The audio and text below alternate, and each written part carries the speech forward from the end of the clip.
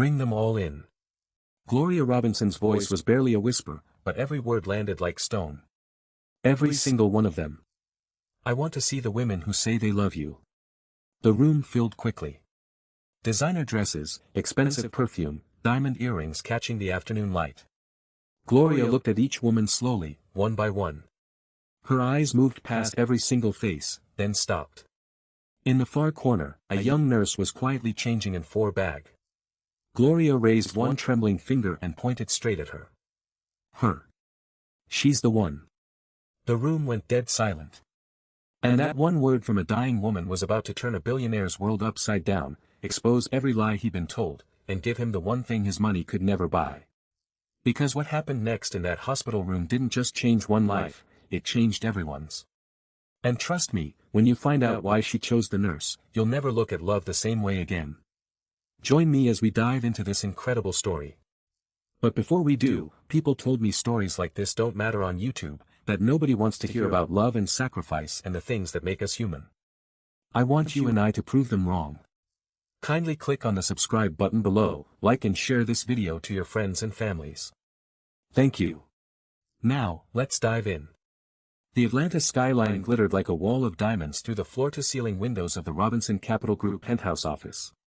38 floors up, corner suite, Italian marble floors, a mahogany desk the size of a small boat.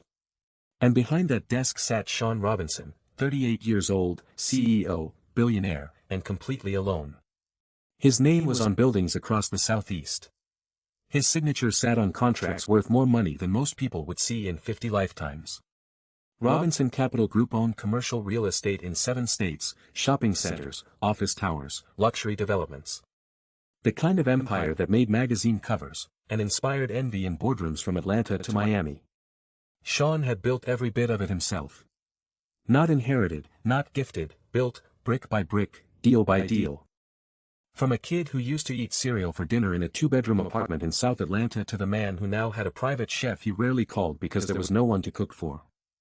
That was the part nobody talked about. Every evening, Sean drove his black Range Rover back to a penthouse in Buckhead that was 4,000 square feet of silence. He'd loosen his tie, pour a glass of bourbon, sit at a dining table built for 12, and eat alone. The only sound was the clink of his fork against the plate and the hum of the city below. The only call he looked forward to each night was the one he made at exactly 8:30, same time every single night. Hey, mama. Hey, baby. You eat yet? Yes, ma'am. Liar. I can hear it in your voice. You sitting at that big table by yourself again, aren't you? Gloria Robinson knew her son better than anyone on earth. She always had. She was the reason he was alive. The reason he was anything at all. Sean's father, Curtis Robinson, had been a construction worker. Good man, strong hands, quiet laugh. He died on a job site when Sean was 14. A scaffold collapsed. Curtis fell 3 stories. He was dead before the ambulance arrived. After that, it was just Gloria and Sean. Gloria worked 2 jobs to keep them afloat. She sewed alterations during the day out of a tiny shop on Glenwood Avenue. At night, she cleaned office buildings downtown. Sean would sometimes ride along with her on the late shift, doing his homework in empty conference rooms, while his mother vacuumed floors and emptied trash cans in buildings that years later he would own. Gloria never complained, not once. She'd hum gospel songs while her hands never still, her faith never shaking. And she poured everything she had into her son. Every dollar, every prayer, every ounce of strength she had left after Curtis died. Sean got a scholarship to Morehouse, then an MBA from Emory, then his first deal, then his second, then his 10th. And before he knew it, the boy who used to do homework in other people's office buildings was buying those buildings. The first thing he did when the money came was buy his mother a house, a beautiful place in Druid Hills, 5 bedrooms, a garden, everything she deserved. Gloria visited it once, walked through every room, ran her hand along the granite countertops. Then she looked at her son and smiled. It's beautiful, baby, but I'm staying in Decatur. Mama, that house is falling apart. That house is where your father asked me to marry him. That house is where I brought you home from the hospital. That house is where Curtis's spirit still lives. And I'm not leaving him. Sean had argued. He'd begged. He'd even had contractors quietly renovate the Decatur house while Gloria was at church one Sunday fixing the plumbing, patching the roof, updating the kitchen. Gloria noticed every change. She didn't say thank you. She said, "I hope you kept the wallpaper in the hallway. Your father picked that out." He had kept the wallpaper. That was Gloria, proud, stubborn, full of love that she measured not in dollars, but in presence, in showing up, in remembering the things that mattered. And every night at 8:30, no matter how many deals Sean had closed or how many millions had moved through his accounts, he called his mother. Because she was the only person in his life who had never wanted anything from him except his time. Sean Robinson could buy anything in the world. But the one thing he needed most, more time with his mother, was the one thing no amount of money could give him. It was a Tuesday morning in late September when Sean's world cracked open. He was sitting in a board meeting on the 38th floor reviewing projections for a new development in Midtown when his phone buzzed. He ignored it. It buzzed again and again. 3 times in a row, he glanced down. Emory University Hospital. His blood went cold. He excused himself from the meeting without explanation. Walked to the elevator, pressed the lobby button, and by the time the doors opened, his hands were already shaking. Gloria had collapsed in her kitchen that morning. A neighbor heard the fall through the thin walls and called 911. By the time Sean got to the hospital, she was already in a room hooked up to machines that beeped in a rhythm that sounded nothing like the gospel songs she used to hum. Sean stood outside her door for a full minute before going in. He could see her through the small window. She looked smaller than he remembered, fragile, like the woman who used to carry him on her hip had somehow been replaced by someone made of paper. He went in and took her hand. It was warm. That helped. "Mama, what happened?" "I got dizzy, that's all. Probably didn't eat enough breakfast, but it wasn't that simple." It was never that simple. Dr. Patricia Lane pulled Sean into a private consultation room an hour later. She was calm, professional, kind, but her eyes held something that made Sean's stomach drop before she even spoke. "Mr. Robinson, your mother's scans show a mass on her pancreas. We've run additional tests. It's pancreatic cancer. Stage 4. Sean stared at her. The words landed but didn't register. Like hearing a foreign language that sounded almost like English but wasn't. "Stage 4, he repeated. "Yes. Pancreatic cancer is one of the most difficult to detect early. The symptoms in the beginning, mild stomach pain, some weight loss, occasional nausea. They're easy to dismiss as everyday issues. By the time most patients are diagnosed, the cancer has already spread. Your mother's has reached her liver. What are the options?" Dr. Lane paused. "We can manage her pain. We can keep her comfortable. Chemotherapy might slow the progression slightly, but at this stage, the 5-year survival rate is very low, less than 10%. "How long?" Sean's voice cracked on the second word. He cleared his throat, asked again. "How long does she have?" "Months. Maybe 6 if we're fortunate." 6 months. 180 days. That was all the time in the world and no time at all. Sean walked out of that consultation room and stood in the hallway. His back pressed against the cold wall. The fluorescent lights buzzed above him. The smell of antiseptic filled his lungs. And for the first time since his father's funeral, Sean Robinson cried. Not quietly, not politely. He cried like the 14-year-old boy who'd stood at a grave site and realized his father wasn't coming home. He cried like a man who had spent 24 years believing he could fix anything with enough money and had just discovered the one thing he couldn't fix. He'd built buildings that touched the sky. He'd closed deals that made headlines. But standing in that hospital hallway, Sean Robinson was just a boy about to lose his mother. When he finally pulled himself together, he went back into Gloria's room. She was awake, looking at him. She already knew.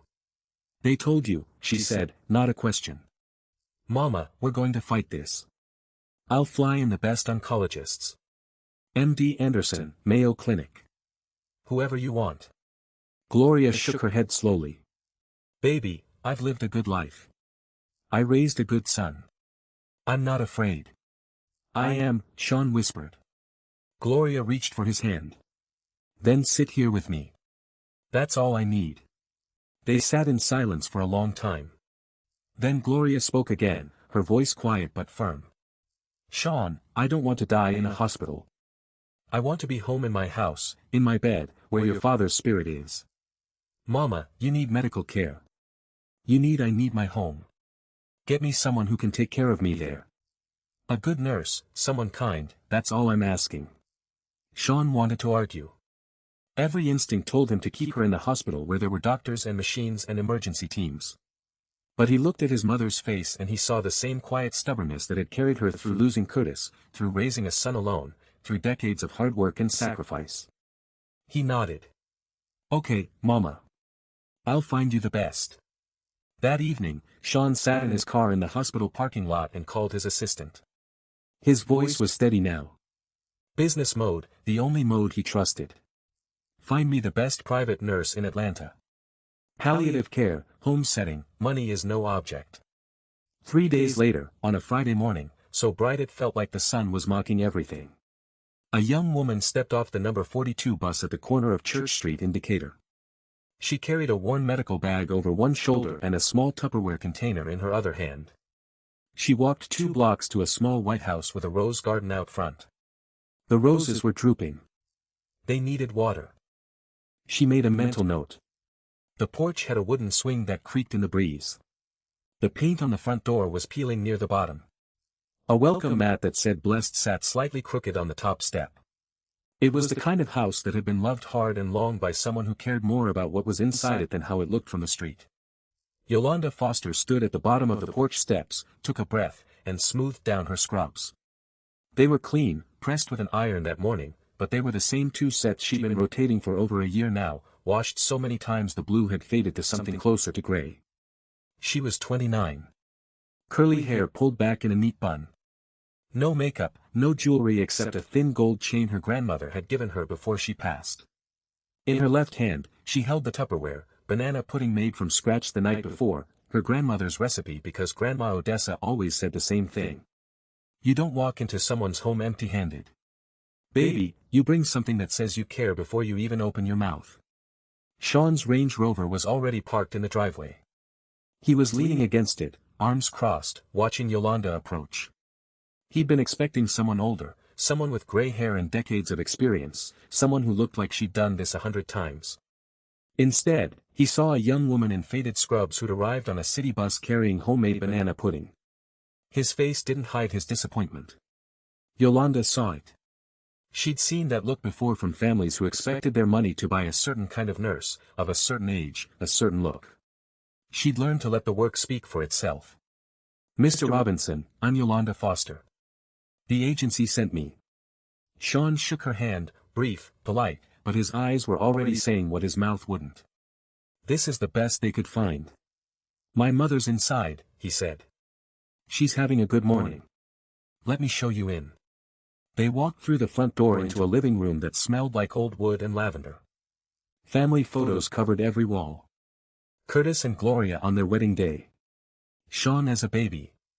Sean in his cap and gown at Morehouse. A framed prayer beside the kitchen door. The house was small, but it breathed with memory. Gloria was in the back bedroom, propped up against pillows. A quilt her mother had made pulled up to her chest. The curtains were open and sunlight was pouring across the foot of the bed. She looked tired, but her eyes were alert, sharp, taking in everything. Sean stepped aside. Mama, this is the nurse. Yolanda Foster. Yolanda walked to the bedside, but she didn't reach for Gloria's wrist to check her pulse. She didn't pull out a blood pressure cuff. She didn't start listing medications or reviewing charts. Instead, she set the Tupperware on the nightstand, pulled up a chair, sat down, and took Gloria's hand gently in both of hers. Mrs. Robinson, before I check anything, can you tell me about that garden outside? Those roses are beautiful, even the tired ones. You can tell somebody loved them. Gloria's eyes changed. Something softened. Something that had been clenched tight for days let go just a little. And for the first time since she'd heard the word cancer, Gloria Robinson smiled. Those are my climbing roses, she said, her voice a little stronger now. Curtis planted the first one the year we moved in. Said every woman deserves flowers that come back every spring without having to ask. That's a good man, Yolanda said softly. The best, Gloria replied, and she squeezed Yolanda's hand. From the doorway, Sean watched. He saw his mother's face, the smile, the way her grip tightened around this stranger's fingers. He had spent the last 3 days making phone calls, wiring money, consulting specialists, flying in second opinions, and none of it, not a single dollar, had made his mother smile like that. Something shifted in Sean's expression. He didn't trust it yet, but he couldn't deny what he'd just seen. Yolanda spent the next hour with Gloria. She checked vitals, reviewed medications, set up a care schedule. But between every clinical task, she talked. She asked about the photos on the wall. She asked about Curtis. She asked about the quilt. And Gloria answered every question like she'd been waiting for someone to ask. When Yolanda finally stepped out onto the porch, Sean was there. "I'll be here every day," Yolanda said, 7 a.m. to 7 p.m. "If she needs me at night, I'll leave my number. I take the bus, so I'll always be on time because I leave early." "I can arrange a car for you," Sean said. "The bus is fine, Mr. Robinson. I've been riding it my whole life. It gets me where I need to go." She walked down the porch steps. Sean watched her reach the sidewalk before he spoke. "Miss Foster." She turned. "Thank you for the banana pudding." Yolanda smiled. "Small but real." "Thank your mother. She's the one who's going to eat it." She walked to the bus stop without looking back. And Sean stood on his mother's porch, hands in his pockets, watching her go. He still wasn't sure about her qualifications. He still thought she was too young, but his mother had smiled. And right now, that was worth more than any resume in the world. Yolanda Foster grew up in West End. If you know Atlanta, you know what that means. Small houses, chain-link fences, corner stores where the bulletproof glass was thicker than the walls. It wasn't the worst neighborhood in the city, but it wasn't the kind of place that showed up on postcards either. Her mother, Brenda Foster, worked as a kitchen aide at a nursing home off Campbell Road. She cooked for old people who couldn't cook for themselves, scrambled eggs at 5 o'clock in the morning, pureed vegetables at noon. Brenda came home every night smelling like industrial soap and reheated gravy. Her feet swollen, her back aching. But she never missed a shift, not once. Yolanda's father left when she was 7. No note, no phone call, just an empty closet and a missing duffel bag one Tuesday morning. Brenda sat at the kitchen table for exactly 10 minutes. Then she stood up, made breakfast, and drove her daughters to school. She never mentioned his name again. There were 2 girls, Yolanda and her younger sister, Kesha. Kesha was born with sickle cell disease. If you don't know what that is, it's a blood disorder that affects mostly Black Americans. The red blood cells become misshapen. They get stuck in small blood vessels. The pain is severe, unpredictable, and there is no simple cure. Kesha spent more time in hospitals than she ever spent in classrooms. Yolanda was her sister's protector from the start. She learned how to recognize a pain crisis before it hit. She'd watch Kesha's breathing, check for the slight yellow tint in her eyes, feel her hands for sudden coldness. By the time she was 12, Yolanda could manage her sister's symptoms better than some nurses they'd met. Kesha died at 19. It was a complication from a blood transfusion. Her body just gave out. Yolanda was sitting beside her in the hospital bed when it happened. She was holding Kesha's hand. She felt the moment her sister's grip loosened, felt the warmth slowly leave her fingers. That night, Yolanda sat in the hospital parking lot for 3 hours. She didn't cry. She just sat there thinking about all the nights Kesha had been in pain and afraid. About the nurses who had been kind and the ones who hadn't, about the ones who had rushed through their shifts and the ones who had pulled up a chair and stayed.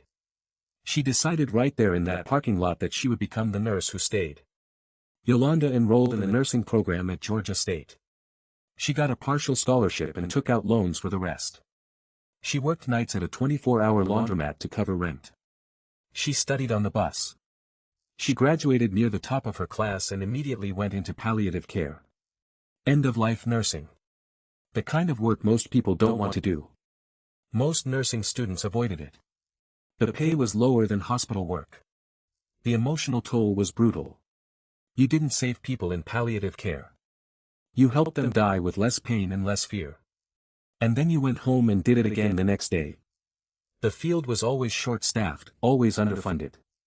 The nurses who stayed in it did so not because they couldn't do anything else, but because they understood something most people didn't. That the end of someone's life mattered just as much as the beginning.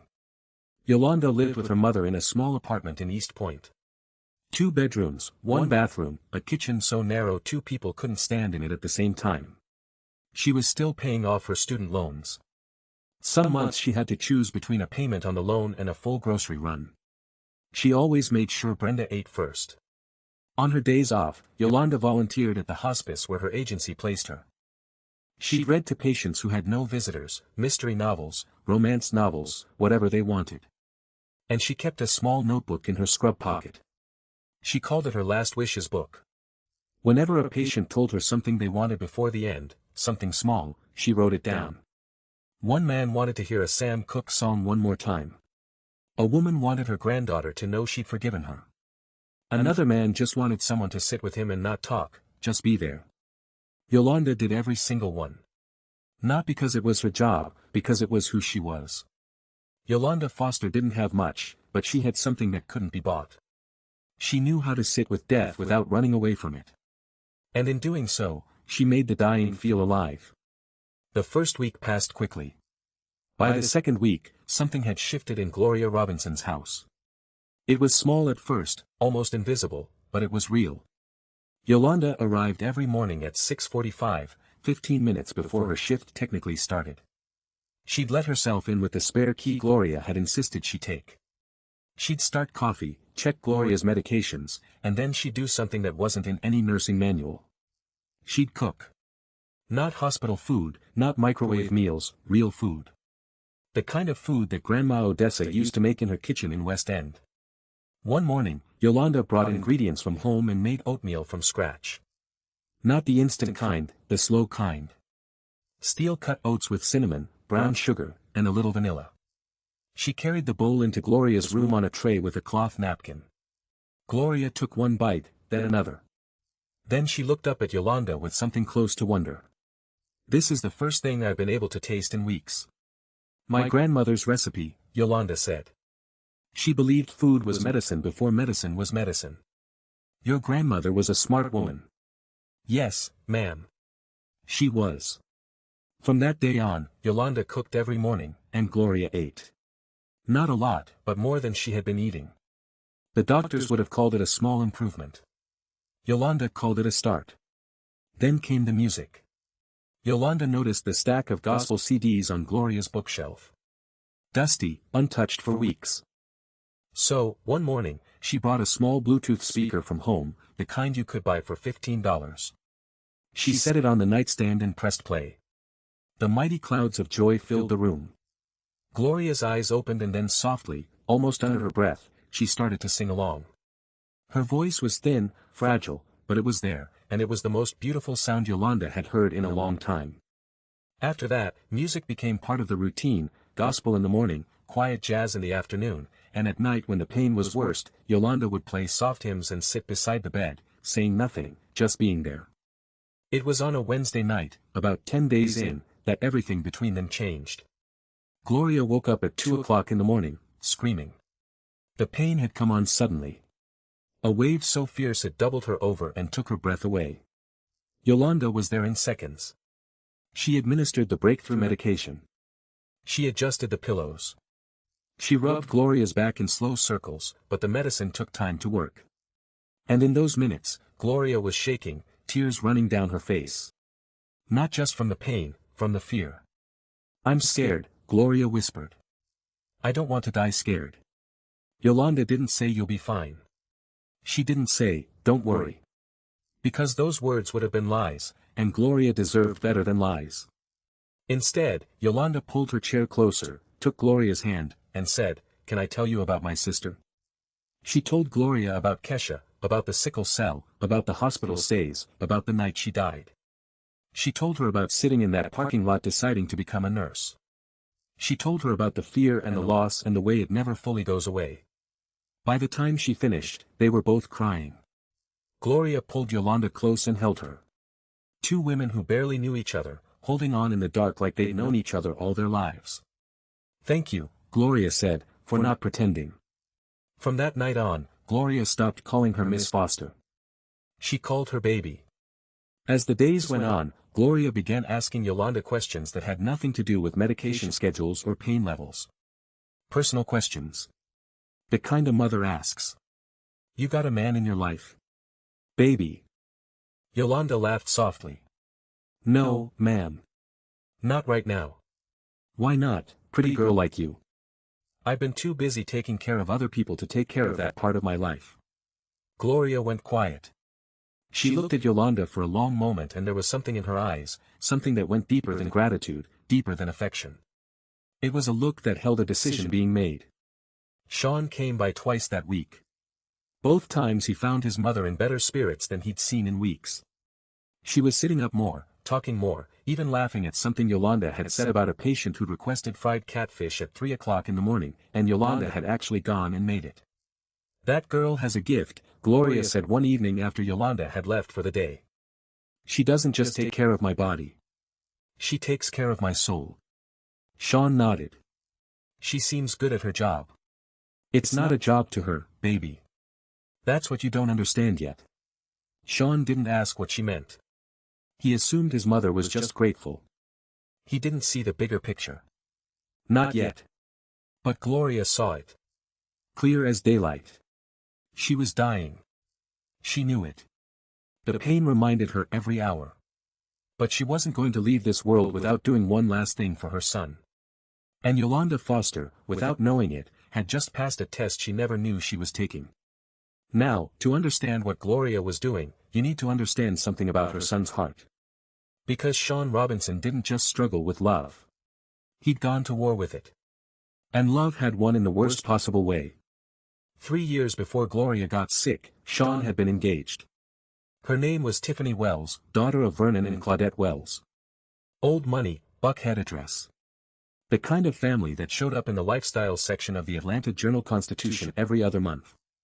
Tiffany was beautiful, educated, charming in public. She knew how to hold a champagne glass and a conversation at the same time. Sean thought he'd found the one. For 2 years, he let himself believe it. He opened up. He made plans. He even started looking at houses with yards, thinking about what it would be like to have kids running around a home that felt nothing like the penthouse he lived in alone. Then one evening, Sean came home early from a business trip. A deal in Charlotte had fallen through, and instead of staying the night, he'd caught an earlier flight. He walked into his penthouse and found Tiffany in the living room with DeAndre Colvin, his business partner. They weren't just talking, but here's the part that hurt worse than the betrayal. Sean's lawyer later discovered that Tiffany had signed the prenuptial agreement, not because she accepted the terms, but because her attorney had calculated exactly how much she'd receive if she divorced Sean after 5 years.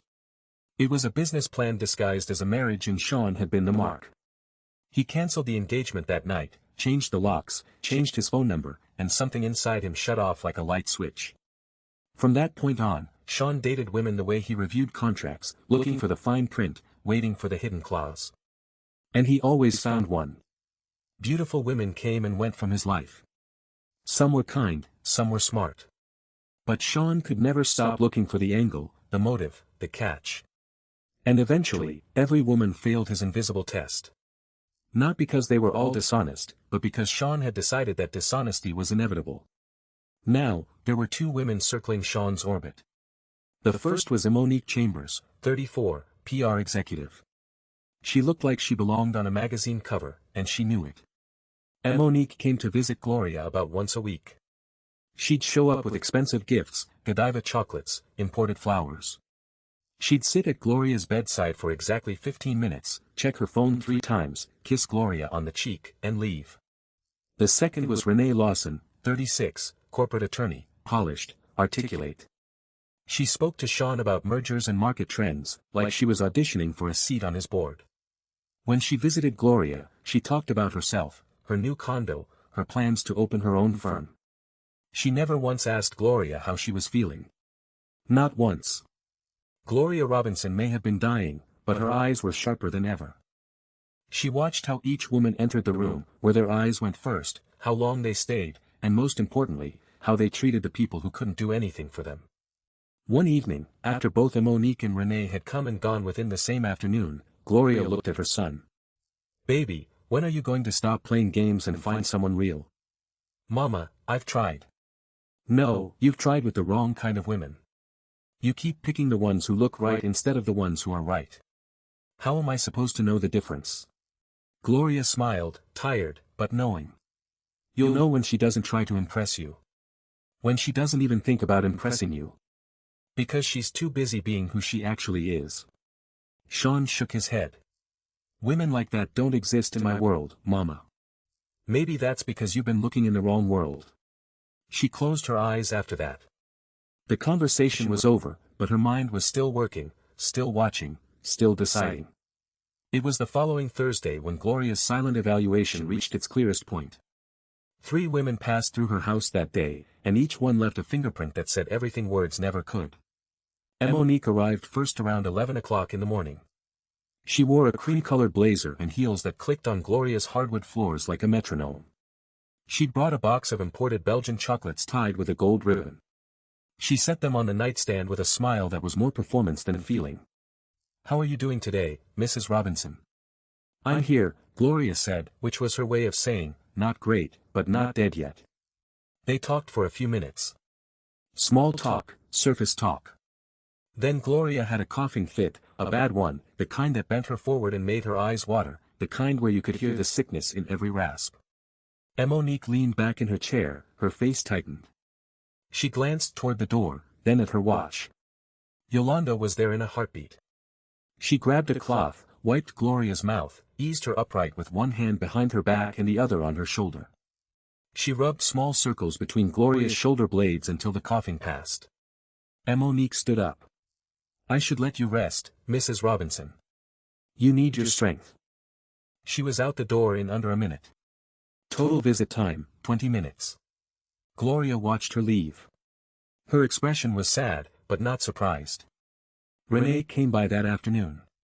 She brought her tablet and wanted to show Gloria photos of a townhouse she was buying in Midtown. She scrolled through image after image. Granite countertops, walk-in closets, a rooftop terrace with a view of Piedmont Park. "Isn't it gorgeous?" Renee said, angling the screen toward Gloria. "It's nice," Gloria said flatly. Renee spent 35 minutes talking about her career, about the partners she was courting, about a conference in Miami she'd been invited to speak at. She asked Gloria nothing about her day, nothing about her pain, nothing about what it felt like to lie in this bed knowing you wouldn't be leaving it. When Renee left, she leaned down and kissed Gloria on the forehead. It was the kind of kiss you give a photograph, not a person. An hour later, after both women were gone, the house was quiet. Yolanda came in to check Gloria's vitals. She noticed immediately that something was off. Gloria was staring at the ceiling, silent, her hands folded over the quilt. Yolanda didn't ask what was wrong. She knew better. Sometimes people didn't want to be questioned. They wanted to be seen. So Yolanda sat down beside the bed. She pulled out the small Bluetooth speaker and found Gloria's favorite playlist, the Clark Sisters. She let the music fill the room. Then she noticed Gloria's hair.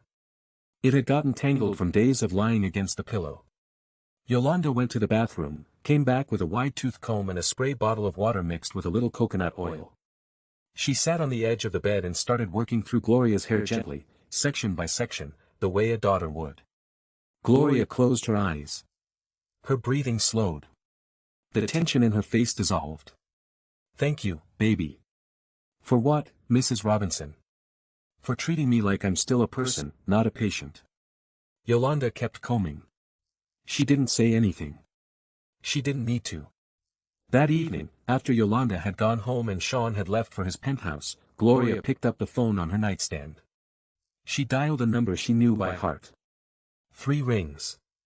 Then a voice like warm gravel. "Hello, Opal, it's May." Miss Opal had lived next door to Gloria for 31 years. They'd raised children on the same block, buried husbands in the same decade, argued about recipes and church gossip every Sunday after service. Opal was the only person on earth Gloria trusted as much as she trusted herself. "Gloria, baby, how are you feeling tonight?" "Tired, but I need to tell you something." "What is it?" "I found her." A pause. "Found who?" "The one for my boy."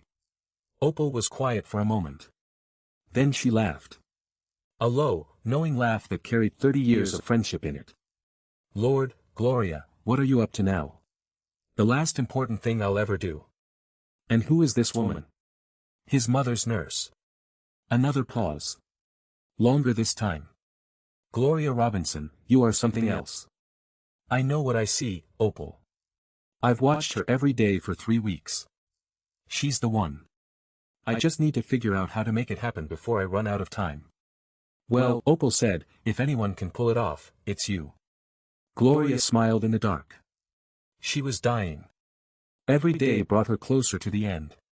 But in that moment, lying in the house Curtis built, listening to her oldest friend's voice through the phone, she felt something she hadn't felt in weeks. Purpose. It happened on a Thursday evening. Yolanda had already left for the day. The house was quiet except for the soft tick of the hallway clock and the low hum of Gloria's oxygen machine. Sean sat in a chair beside his mother's bed. He was holding her hand the way he always did now, gently, like she was made of something that might crumble. Gloria had her eyes closed. Sean thought she was sleeping. He was about to stand up and turn off the bedside lamp when her voice came through the dark. I need you to promise me something. Sean settled back into the chair. Anything, Mama. Gloria opened her eyes. They were tired, but sharp. The kind of sharp that told Sean this wasn't small talk. This was something she'd been carrying for a while. I'm not going to be here much longer. You know that. Mama, don't. Let me finish. Her voice was firm, stronger than it had been in days, like she was pulling from a reserve she'd been saving for this exact moment. The one thing that scares me more than dying is leaving you alone. Your father died before he could say everything he wanted to say. I watched that happen. I sat with that regret for 24 years. I won't make the same mistake. Sean's jaw tightened. He could feel where this was going, but he didn't want to believe it. Sean, let me choose. Choose what? Your wife. Let me pick the woman you'll spend your life with. The words hung in the air between them like smoke. Sean stared at his mother. She stared right back. Neither of them blinked. Mama, that's he almost laughed. Almost. But the look on her face stopped him. She wasn't joking. She wasn't confused. She wasn't delirious from the medication. Gloria Robinson was dead serious. That's not how it works, he said quietly.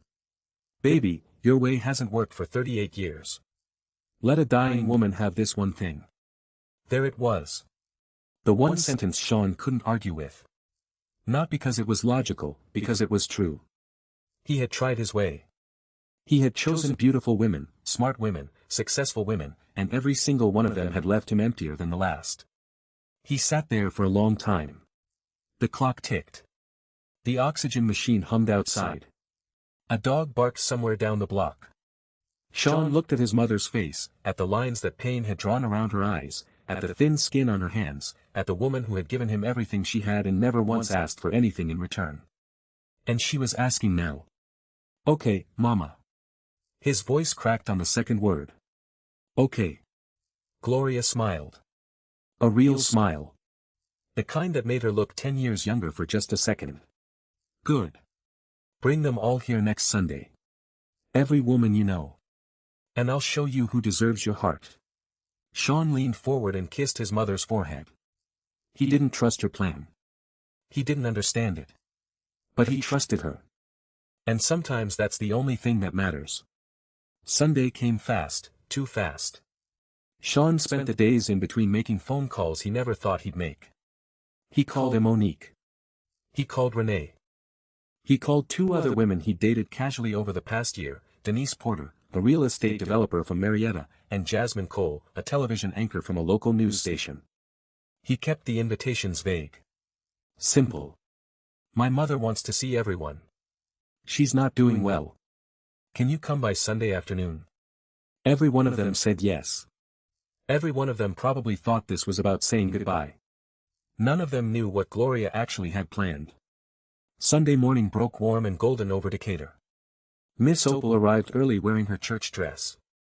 Even though it wasn't a church day, she brought flowers from her own garden. Yellow roses, Gloria's favorite. She helped arrange the living room, pushed the furniture back, set out extra chairs, put a pitcher of sweet tea on the kitchen counter. Gloria insisted on sitting up. She had Yolanda help her wash her face and put on the blue blouse Curtis had always loved, the one with the small pearl buttons. She even asked for a touch of lipstick. "If I'm going to do this," Gloria said, looking at herself in the small hand mirror Yolanda held up, "I'm going to do it right." Yolanda smiled. She didn't know what this was. She assumed Gloria just wanted to look nice for visitors. She had no idea she was standing in the middle of something that was about to change her life forever. Monique arrived first, 1:45.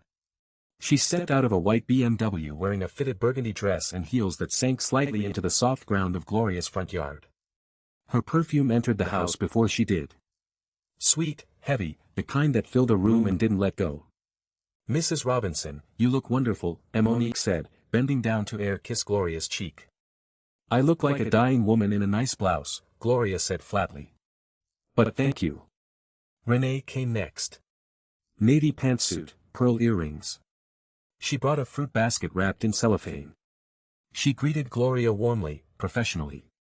The way you greet a client's mother at a company event. Polite, measured, careful. Denise and Jasmine arrived together.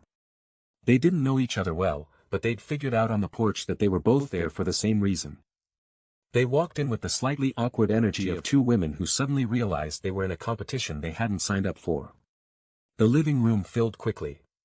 4 women, each one beautiful, each one accomplished, each one watching the others from the corners of their eyes. The air smelled like competing perfumes and sweet tea.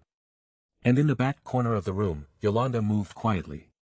She was checking Gloria's portable monitor, adjusting the oxygen tube, folding a clean towel.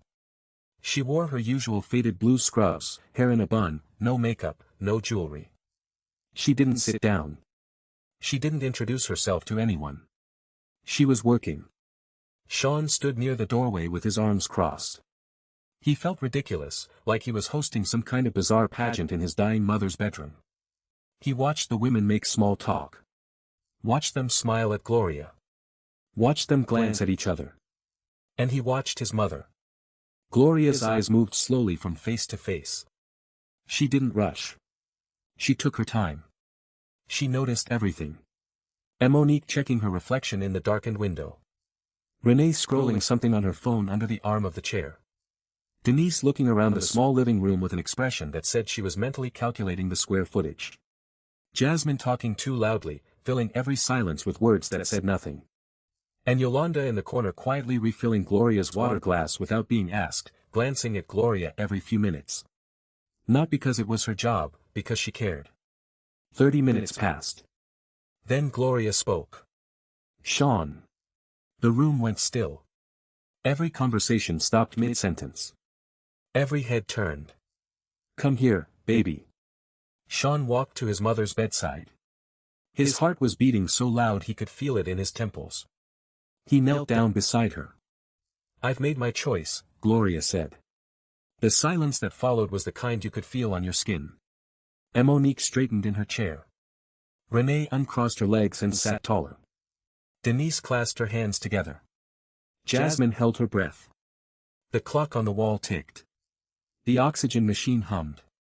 A beam of late-afternoon sunlight slid through the gap in the curtains and fell across the foot of Gloria's bed like a golden ribbon. Gloria raised her right hand. Slowly. The effort showed in her face. Her fingers trembled and she pointed.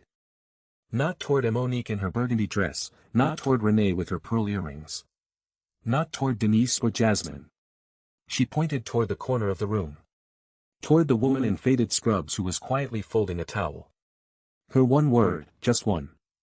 The room didn't gasp. It didn't erupt. It froze like someone had pressed pause on the entire world. Yolanda looked up. The towel was still in her hands. Her eyes were wide, confused. She looked at Gloria, then at Sean, then back at Gloria. "I'm sorry, Mrs. Robinson." "You, baby."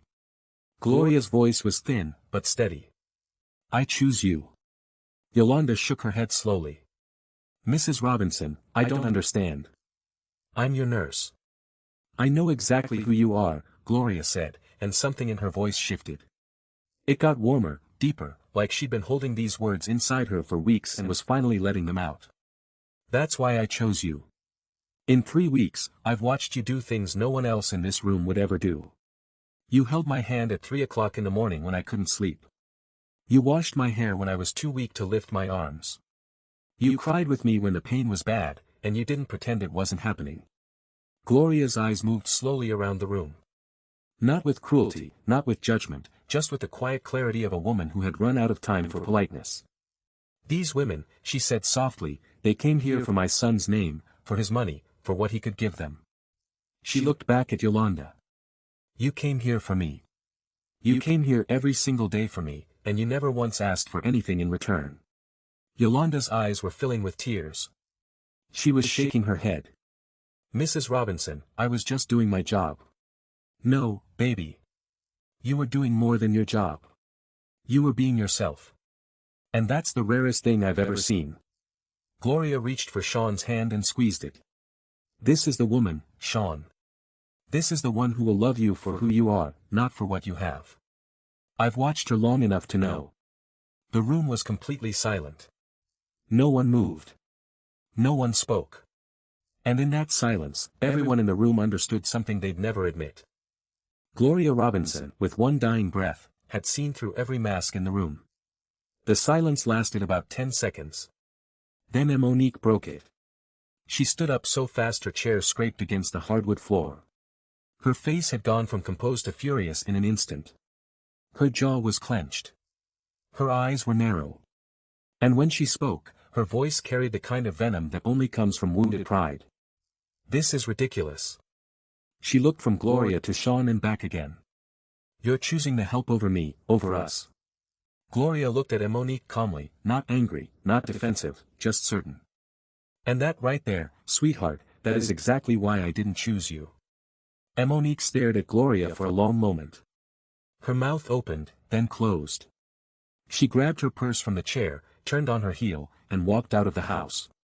The front door slammed behind her so hard the picture frames on the hallway wall rattled. Renee stood up next, slower, more composed. She smoothed down her pantsuit and picked up her bag. She walked to Gloria's bedside and said quietly, I wish you well, Mrs. Robinson. Then she looked at Sean with an expression that was half pity, half relief, and she left without another word. Denise and Jasmine followed within minutes. Neither of them said much. They both understood what had just happened, and neither wanted to be the last one standing in a room where they'd just been passed over for a woman in scrubs. The front door closed for the last time. The house went quiet. Miss Opal slipped into the kitchen and started washing glasses. She knew when to be invisible. Yolanda set down the towel she was still holding. Her hands were trembling. She looked at Sean. Mr. Robinson, I need to speak with you outside. They stood on the front porch. The late afternoon sun was turning everything gold. The roses in Gloria's garden swayed slightly in the breeze. Yolanda folded her arms across her chest. Not in anger, in protection. I don't know what just happened in there, she said. Her voice was steady, but her eyes were wet. But I need you to understand something. I am your mother's nurse. That is all I am. I didn't come here for this. I didn't ask for this. And I will not be anyone's charity project or some kind of arranged bride. Yolanda, I know. I know this is crazy. I didn't plan any of this. It was my mother's wish. Your mother is dying and she's in pain. She's not thinking clearly. My mother, Sean said quietly, is the sharpest person I've ever known. Even now, especially now. Yolanda looked at him. She searched his face for something. He wasn't sure what. Pity maybe or calculation. Whatever she was looking for, she didn't seem to find it. I'm going to finish my shift, she said finally. And after that, I think it's best if you find another nurse. The words hit Sean harder than he expected. Not because of what they meant for him, but because of what they meant for his mother. He went back inside. Gloria was lying back against her pillows. Her eyes were half closed. The effort of the afternoon had drained her. Mama, what did you just do? The best thing I've ever done for you, baby. You just don't know it yet. She wants to leave. She wants to quit. Gloria smiled. Small, tired, but sure. She won't. How do you know that? Because she's not the kind of woman who walks away from someone who needs her. That's the whole point, Sean. That's why I chose her. Sean sat down heavily in the chair beside the bed. He put his face in his hands. He didn't know whether to laugh or cry. His mother had just blown up every relationship in his life in the span of 30 minutes, and she was lying there smiling like she just won a card game. Get some rest, Mama. I will, baby. I will. Gloria closed her eyes, exhausted, but peaceful. She'd planted the seed. Now all she could do was hope it would grow before her time ran out. The next morning, Sean woke up early and drove to Decatur. He parked in the driveway and sat there for a minute, staring at the front door. He was certain Yolanda wouldn't come. She'd said she was done. She'd meant it. He could hear it in her voice. At 6:45, the number 42 bus pulled up at the corner of Church Street. Yolanda stepped off. Same medical bag, same faded scrubs, same bun. She walked up the sidewalk without looking at Sean's car. She climbed the porch steps. She let herself in with her key. Sean got out of the car and followed her inside. She was already in Gloria's room checking vitals. You came back, he said from the doorway. Yolanda didn't look up. I'm here for your mother, Mr. Robinson. Not for anything else. We clear. We're clear. But they weren't clear at all. Over the next 2 weeks, something started happening in that little house on Decatur Street. It was quiet, gradual, like the way dawn comes. You don't notice the darkness leaving until suddenly it's light. It started with soup. Yolanda was making a pot of chicken soup for Gloria one afternoon, her grandmother's recipe, garlic, thyme, a little cayenne. The smell filled the entire house. Sean had come to visit after work, still in his suit, tie loosened. He stood in the kitchen doorway watching Yolanda stir the pot. You want some? She asked without turning around. There's plenty. He sat down at Gloria's small kitchen table, the one with the vinyl tablecloth and the salt and pepper shakers shaped like roosters. Yolanda set a bowl in front of him.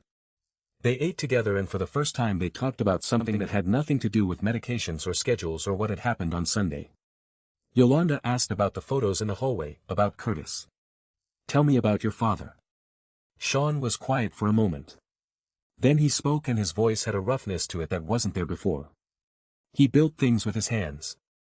Real things, walls, roofs, porches. He could look at a pile of lumber and see a house. Sean shook his head. I just move numbers on a screen. I buy buildings other people built. I don't create anything. You created a company, Yolanda said. That's not the same. My father came home with sawdust in his hair and concrete under his fingernails.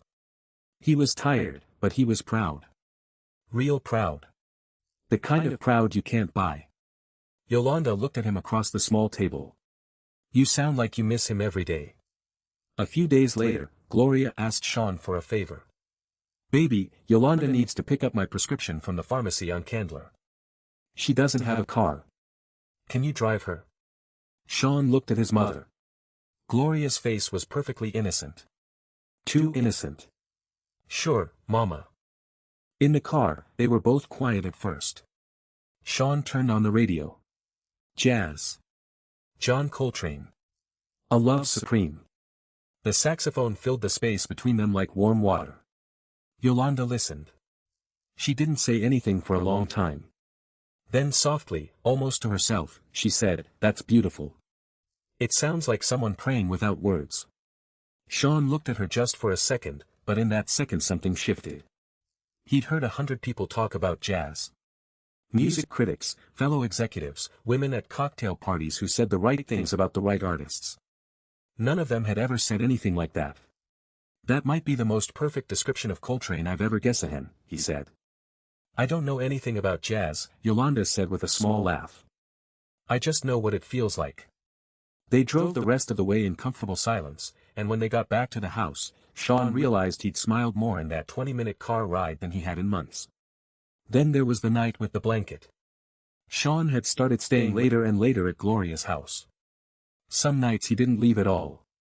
He'd fall asleep in the armchair beside his mother's bed, his long frame folded into a chair that was built for someone half his size. One night around 2 o'clock in the morning, Yolanda came in to check Gloria's medication. She found Sean asleep. His head was tilted at an angle that would hurt in the morning. His shoes were still on. One arm hung off the side of the chair. Yolanda went to the hall closet. She pulled out the old quilt, the one Gloria's mother had made. She unfolded it carefully and draped it over Sean's shoulders. She tucked the edges around him without waking him.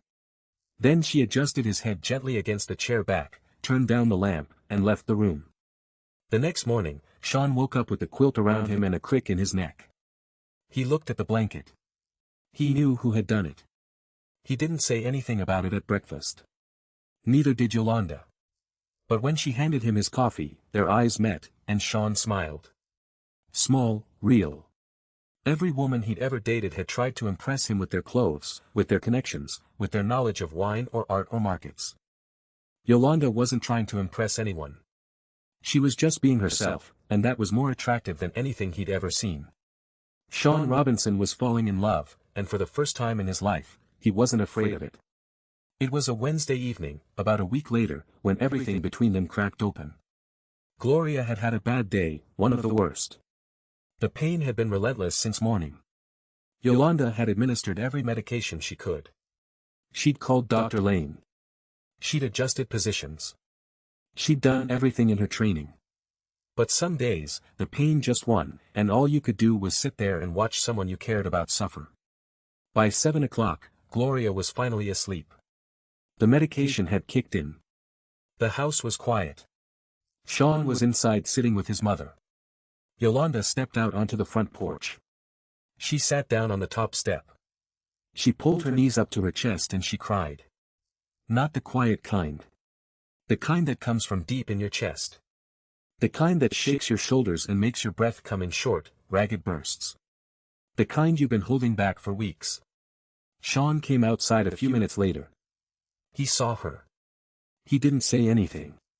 He just sat down on the step beside her, close enough that their shoulders almost touched, but he didn't speak. He didn't try to fix it. After a while, Yolanda wiped her eyes with the back of her hand. I'm sorry, she said. This is unprofessional. It's human, Sean said. Yolanda let out a shaky breath. Every time I lose a patient, I tell myself it won't hurt this time, that I'll keep my distance, that I'll be clinical, professional. She shook her head. It always hurts, every single time. She was quiet for a moment. Then her voice cracked. Your mother reminds me of my grandmother and my sister. And I know how this ends, Sean. I've seen it too many times. I know what the last days look like. I know what the last hours sound like. And I still can't get used to it. Sean listened. He didn't interrupt. He didn't offer solutions or money or specialists. He just listened. And in that moment, he understood something he'd never seen before. Yolanda spent her whole life pouring herself out for other people. Holding hands in the dark, singing hymns at bedsides, making dying people feel alive, and no one had ever thought to pour anything back. Can I tell you something? Sean said. Yeah. I was 14 when my dad died. I didn't cry at the funeral. I stood there in a suit my mother had borrowed from a neighbor and I held her hand and I told myself I had to be strong for her, for us. He paused. I've been being strong ever since. 24 years of being strong. And I'm tired of it, Yolanda. I'm so tired. Yolanda looked at him. Really looked at him. Not at the suit or the watch or the car in the driveway. At him. Grief isn't something you get over, she said softly. It's something you learn to carry. Some days it's heavy. Some days you barely notice it, but it's always there. And that's okay. That means the love was real. They sat in silence for a while. The crickets sang. The porch light buzzed. Somewhere down the block, a dog barked. Who takes care of you, Yolanda? Sean asked. When you go home after watching someone die. When you close that front door and it's just you. Who holds you? The question hung in the air. Yolanda opened her mouth, closed it, looked down at her hands. Nobody, she said. Sean reached over and placed his hand on top of hers. Not grabbing, not pulling, just resting there, warm, present. Maybe it's time someone did. Yolanda didn't pull away. She didn't say anything. She just turned her hand over so their palms were touching and they stayed like that. Two people on a porch step in Decatur holding hands in the dark, finally letting someone in.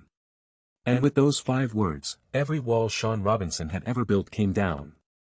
The days after that moved faster, too fast, like sand through fingers. Gloria was sleeping more now, 18, 20 hours a day. She ate almost nothing. A few sips of broth, a spoonful of the oatmeal Yolanda still made every morning more out of hope than expectation. The gospel music still played softly in the room, but Gloria no longer sang along. Yolanda knew the signs. She'd seen them dozens of times. The long silences between breaths, the coolness in the hands and feet, the way the skin became almost translucent like paper held up to light. She adjusted medications. She called Dr. Lane. She did everything she could. But she also knew that what she was doing now wasn't fighting. It was accompanying. On a Tuesday afternoon, Gloria woke up clear-eyed, alert, stronger than she'd been in days. Yolanda recognized this, too. The rally, the brief window of clarity that sometimes came near the end. A final gift. Gloria asked to speak with Yolanda alone. "Close the door, baby." Yolanda sat beside the bed and took Gloria's hand. "I need you to promise me something," Gloria said. "Anything, Mrs. Robinson. Take care of my boy." Gloria paused. Her eyes were steady. "Not because I told you to. Because you want to. Can you promise me that?" Yolanda's chin trembled. "I care about him, Mrs. Robinson. I do. More than I expected to, more than I planned." Gloria smiled. "I know, baby. I've known for a while now. Since the night you covered him with that blanket at 2 o'clock in the morning." She squeezed Yolanda's hand. "You didn't know I was awake. But I saw. I saw everything." Yolanda pressed her lips together. Tears ran down her cheeks. "You were supposed to be sleeping. I was watching. That's what mothers do. We watch. Even when they think we're not looking." That evening, Gloria asked to speak with Sean alone. He sat in the chair beside her bed, the same chair he'd slept in so many times now that it had molded to his shape. Gloria looked at him for a long moment without speaking, just looking like she was memorizing his face. "Don't make the same mistake your father and I almost made," she said finally. "What mistake?" "We almost waited too long to say the important things. Curtis died on a Tuesday. On Monday night, I almost told him how much he meant to me. Almost. But I thought we had more time. We always think we have more time." She tightened her grip on his hand. "Don't wait, Sean. Don't you dare wait. I love you, Mama. I know, baby. Now go love someone else, too." It happened on a Thursday morning. Early. The kind of early where the sky is still deciding between night and day. A thin gold light was just beginning to push through the curtains of Gloria's bedroom window. Yolanda was there. She was always there. She sat on the left side of the bed, holding Gloria's hand. Sean was on the right. The small Bluetooth speaker on the nightstand played a hymn so softly it was almost silence. Gloria had been sleeping for hours. Her breathing was slow, shallow, the spaces between each breath growing longer like a song fading out. Then she opened her eyes. She looked at Yolanda. Then at Sean, then back at Yolanda, and she smiled. Not a big smile, not a dramatic smile, just a small, quiet curve of the lips that said everything words couldn't. She squeezed both their hands at the same time. One last time. Then she closed her eyes and didn't open them again.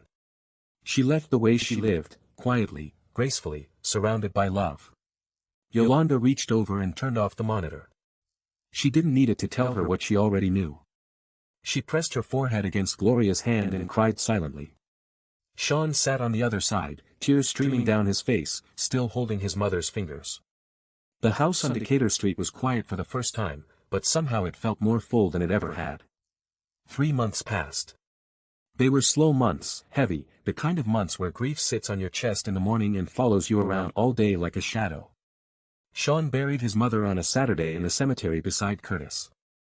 Half of South Atlanta came, people Gloria had sewn clothes for, people she'd cleaned offices beside, People from her church who remembered when she used to bring peach cobbler to every potluck.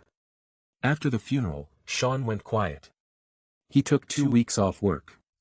The first time in his adult life, he didn't call anyone. He drove to the Decatur house every day. He watered Gloria's roses. He sat on the porch swing. He stared at the wallpaper Curtis had picked out. But he also called Yolanda every day. At first, it was short. "How are you?" "I'm okay." "How are you?" Then it got longer. Then it became something they both needed. They started spending time together outside of the house. Not dates exactly, just time. Yolanda brought Sean to her mother's apartment in East Point for Sunday dinner. Brenda Foster made fried chicken and collard greens and asked Sean if he went to church. He said no. She said, "We'll fix that." Yolanda kicked her mother under the table. Sean brought Yolanda to his favorite restaurant. Not the fancy one in Buckhead where he took business clients. The little barbecue place in Kirkwood where the owner knew his father. They sat at a plastic table and ate ribs with their hands and talked until the restaurant closed. They cooked together at Gloria's house, badly at first. Sean burned rice. Yolanda oversalted the greens. They laughed about it. Real laughter. The kind that comes from the belly. The kind that hurts in the best way. One evening in December, Sean drove Yolanda to Decatur. He hadn't told her why, just said, "I want to show you something." The house looked different. The roses had been pruned properly. The porch had been repainted. The welcome mat was straight, and there were lights strung along the railing, simple white lights, the kind Gloria would have liked. They sat down on the porch swing. It creaked the way it always did. The December air was cool, but not cold. The kind of Georgia winter evening that feels more like fall. "Yolanda." "Yeah. I need you to know something." He turned to face her. "I'm not doing this because of what my mother said. I'm not doing this because of her wish or her choice or anything that happened in that room on Sunday. I'm doing this because in 38 years of living, I have never met anyone who made me want to be a better man." He reached into his jacket pocket and pulled out a small velvet box, old, worn at the corners, the kind of box that had been opened and closed many times over many years. He opened it. Inside was a ring. Not a diamond, not platinum, a simple gold band, thin, scratched in places. The kind of ring a construction worker buys with his first real paycheck. "My father gave this to my mother in 1975, Sean said. He had nothing. No money, no company, no buildings with his name on them. He just had a promise and that was enough for her." He held the ring out. "I want to give it to you the same way, with nothing but a promise that I will love you. That I will see you. That I will never stop choosing you." Yolanda looked at the ring, then at Sean. Tears were running down her face. Her hands were shaking. "Sean, your mother gave me this world.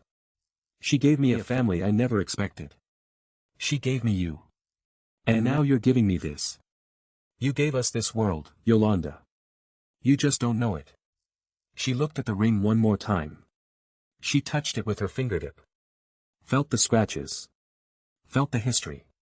Felt the love of two people who had built a life with nothing but their hands and their hearts. "Yes," she said. Sean slid the ring onto her finger. It fit perfectly, like it had been waiting for her. They sat on Gloria Robinson's porch swing wearing Curtis Robinson's ring. And for a moment, every person who had ever loved in that family was present. Curtis, Gloria, Kesha, Grandma Odessa, all of them right there in the creak of the swing and the glow of the white lights and the silence of a December night in Decatur. The wedding was held in Gloria's garden on a Saturday in March. The roses were blooming, every single one of them, like they knew. It was small. 30 people, maybe. No country club, no ballroom, no ice sculptures or champagne towers, just folding chairs on the grass, white ribbons tied to the porch railing, and a hand-painted sign that Miss Opal had made that read Gloria's garden in gold letters propped against the front steps. Miss Opal had arrived at 6 o'clock in the morning to set up. She directed everyone like a general. Flowers here, chairs there, sweet tea on the table, punch bowl on the porch. She wore a lavender hat so wide it nearly knocked over the lemonade twice. Nobody said a word about it. Brenda Foster sat in the front row and cried before the ceremony even started. She cried through the processional. She cried through the vows. She cried through the cake cutting. At one point, Miss Opal leaned over and handed her an entire box of tissues. "Girl, pace yourself. We haven't even gotten to the good part." Pastor Calvin Hayes stood under the archway Sean had built the week before. He'd used lumber from a salvage yard, cut it himself, sanded it by hand. It wasn't perfect. The joints were slightly uneven, but it was real, and Gloria would have loved it. Yolanda walked down the grass aisle on her mother's arm. She wore a simple white dress, found it at a thrift store on Moreland Avenue for $32. It had a lace collar and buttons down the back, and it fit like it had been sewn for her. She carried a bouquet of roses from the garden. Gloria's roses. When Sean saw her, he pressed his lips together. His eyes went red. He didn't try to hide it. "You look incredible," he whispered when she reached him. "You clean up pretty good yourself," she whispered back. When it was time for vows, Sean went first. He held both of Yolanda's hands. His voice was thick but steady. "I spent my whole life building things, buildings, companies, portfolios. But nothing I've ever built compares to what you've built in me. You taught me that love isn't a transaction. It's a gift. You don't earn it. You don't negotiate it. You just give it and hope someone gives it back." He paused. "My mother saw that in you before I did. She was always smarter than me." Yolanda laughed through her tears. So did half the guests. Then it was her turn. She took a breath. "I've spent my career helping people die well. That's what I do. I sit with people at the end and I try to make sure they're not alone and they're not afraid. But somewhere along the way, I forgot how to live well. I forgot that I deserved someone to sit with me, too." She squeezed his hands. "You reminded me. So I promised to never stop choosing you, even on the hard days. Especially on the hard days." Pastor Hayes pronounced them husband and wife. Sean kissed Yolanda and the small crowd erupted. Miss Opal clapped so hard her hat fell off. Brenda cried louder. At the reception, which was really just a long table set up in the backyard with food Miss Opal and Brenda had been cooking since Thursday, Sean stood up and made an announcement. "Most of you knew my mother. You knew she was stubborn and proud and never wrong about anything." Laughter. "She was also the kindest person I've ever known, and she spent her whole life taking care of people. So today, Yolanda and I are announcing the launch of the Gloria Robinson Foundation." The yard went quiet. The foundation will fund training programs for palliative care nurses from low-income communities. It will provide financial support for families dealing with cancer, and it will be run by the person my mother trusted most in this world. He looked at Yolanda, my wife. Yolanda hadn't known. Her hand went to her mouth. Brenda started crying again. Miss Opal nodded like she'd known all along. That evening, after the guests had gone and the dishes were washed and the chairs were folded, Sean and Yolanda stood on Gloria's porch. The white lights were still strung along the railing. The roses swayed in the evening breeze. They danced. No music, just the creak of the porch boards and the sound of crickets and the faint rustle of the wind through the garden. On the porch of the house where Gloria Robinson had loved and lived and died, her son and his bride held each other and swayed in the warm Georgia night. And if you listened carefully enough, you could almost hear Gloria laughing. 1 year later, Sean Robinson still ran his company. He still closed deals and signed contracts and sat in boardrooms on the 38th floor, but he left at 5 o'clock now, sometimes 4:30. His assistant had stopped being surprised by it. Every evening he drove his Range Rover past Buckhead, past Druid Hills, past all the neighborhoods where billionaires were supposed to live, and pulled into the driveway of a small white house in Decatur, the house with the rose garden, the house with the porch swing, the house where his father had proposed and his mother had died and his wife had changed his life. They lived there now. Yolanda had wanted it that way. Sean hadn't argued. He'd sold the penthouse in Buckhead without a second thought. 4,000 square feet of silence traded for 800 square feet of home. Yolanda worked part-time with the foundation. 3 days a week she reviewed applications from nursing students, organized training workshops, and visited hospice centers across the state. The other days, she rested because she needed to. Now, it was a Tuesday evening in October when Sean came home and found Yolanda sitting at the kitchen table, the one with the vinyl tablecloth and the rooster salt shakers. She had something in her hand, a small black and white image. She slid it across the table without a word. Sean picked it up, looked at it, looked at her. Your mama's going to have a granddaughter, Yolanda said. Sean stared at the image. His hands started shaking, then his chin, then the rest of him. He pulled Yolanda out of her chair and held her so tight she laughed. We'll name her Gloria, he said into her hair. I wouldn't have it any other way. That night, after dinner, after the dishes, after Yolanda had fallen asleep on the couch with her hand on her stomach, Sean stepped out onto the porch. He sat down on the swing, the same swing where Curtis had sat with Gloria, the same swing where he proposed to Yolanda, the same swing that had creaked under the weight of 3 generations of love. The roses were sleeping for the winter, but they'd come back in the spring. They always did. Yolanda had said something to him the week before, something he kept turning over in his mind like a stone in his pocket. You know what your mother knew that most people don't? That kindness isn't weakness. It's the only thing that lasts. Sean looked up at the sky. The stars were faint over Decatur. Too much city light. But they were there. You were right, Mama, he whispered. You were always right.